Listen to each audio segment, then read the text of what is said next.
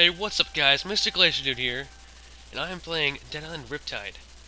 I was playing earlier today, and I had this profile right here, but I want to start over for you guys. So, what I'm going to do is just going to go over all the characters, and then you can, in the comment section, you can just pick what you want me to be or something. I'll start off with Logan. So, I always thought I wasn't worth a damn. Even when I made all-pro quarterback. Even at the top of my game, leading my team to the championship, deep down I didn't think I deserved any of it. That everything had come crashing down. And damn it if I wasn't right. But did I learn from that? Did I change who I was? Hell no. I just enjoyed wallowing in my own goddamn misery. Yeah, boo-hoo, right? Well, I'm done with that. Seeing the whole world go to hell puts your own goddamn problems in perspective a little bit. I would have died at the Royal Palms for sure if good people didn't put their lives on the line for me. Not to mention what happened in Moresby in that goddamn jungle. I've seen some sick and horrible things, brother. But I've also seen people sacrificing everything for some poor soul they hardly know. When you're saving some terrified some bitch's ass, you don't have time to wallow in self-pity. There's a lesson there. Shit, I'm not exactly sure what it is. I'm not that fucking smart. But I do know one thing, man. Logan Carter ain't as big a douchebag as everybody thought he was.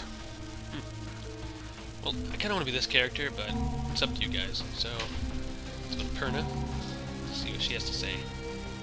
If someone has money, if they have power, they can pretend to be as pious as hell, and no one will ever suspect how evil they are. I learnt that firsthand working as a vice detective in Sydney. You know how many female half-Aborigine detectives there were before me? None. Yeah, you think it was easy. Suffering the abuse of my so-called colleagues. Half of them hated me because I was a girl, and the other half didn't like the fact that my mum was a Koori. But when it's the end of the bloody world, no one gives a shit who you are or how big your bank account is. I saw it in the resort as the infection spread, and the rich, they died just as quick as the poor. And in Moresby, where the powers that be blew the bridges and trapped the less fortunate in the worst of it. But in the end, it didn't save any of them. When all the lies are stripped away, and the only thing between them and the bloody end is me, suddenly Perna is their best friend. Well, bugger them. I'm not here for them. I'm here for the ones who can't protect themselves. Anyone who lives in fear. I will protect them, and I will die for them. Because I was one of them.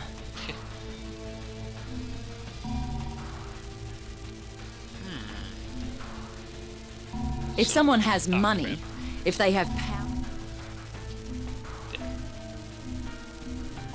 Yeah, just right. My father was a chief inspector for the Hong Kong police. He died when I was 10, and I told myself then that I would follow in his footsteps. I joined the force after graduating at the top of my class, but the men in charge never intended for me to be a real police officer. They didn't believe women were up to the task. But now, no one can deny who I am, what I've done, what I'm capable of. I thought I needed to prove my worth to my superiors. But now I know they are not and never were my superiors. It doesn't matter what they believe. It matters what I believe. And I know there is more to this tragedy than meets the eye. This infection, this plague is human-born. This is not nature correcting itself. This is mankind destroying itself. I saw how it swept the resort and reduced Moresby to bloody chaos.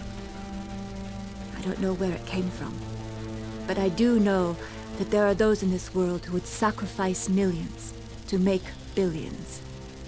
They operate unmolested with the approval of those who are supposed to protect us. In the end, I will expose them for the monsters they are. For I am Xian Mei, and I will honor my father's memory. think we're down to our last... Oh, wait, we have two more. Never mind. Sam B. When I was growing up in New Orleans, all I ever wanted to do was rap. But man, I couldn't catch a break until Who Do You Voodoo? It was supposed to be a joke, but all of a sudden I was rich as shit. I had everything I ever wanted, man. Everything. Except respect. Nobody thought I was the real deal. Just some no-talent one-hit wonder. Hell, if I didn't start believing them, it's no surprise I'd never another hit after that. I ain't nothing to say. Well, you know what? I got something to say now. Didn't think I'd ever see anything as sad as Katrina. But this plague, what happened at the Royal Palms, what happened in Moresby, it's something out of goddamn horror movie, man. The dead are rising up against the living like it's the end of days, and maybe it is, but I gotta say, people do amazing shit when they up against it. The ones you think gonna stand their ground, they fucking run. And the quiet ones, the ones you don't even notice, man, they don't give an inch. They'll give up everything for somebody they don't even know. There's a song there somewhere. Shit. I don't even know if I'm gonna still be standing when all is said and done. But if I am, believe me, Sam B got something to say. Well. Now we're down to our last character. His name is John. And this guy is pretty sweet. My grandfather fought the Japanese here in World War II and never left. Married a local girl. My father was native born and a sergeant major, so I'm second generation military. And from the time I was 10, I wanted to follow in their footsteps. I wanted to be a soldier and protect and defend this country against all enemies. Well, I did my job. Did what I was told. Always followed orders. Until the day they gave me an order I couldn't follow. You see, it's hard to describe how it feels when everything you believe in turns out to be a lie. When the people you trusted let the ones you love die. And none of my commanders were born here. None of them knew the land and the people who lived here. None of them had to sacrifice anything. So they made others sacrifice what was dearest to them.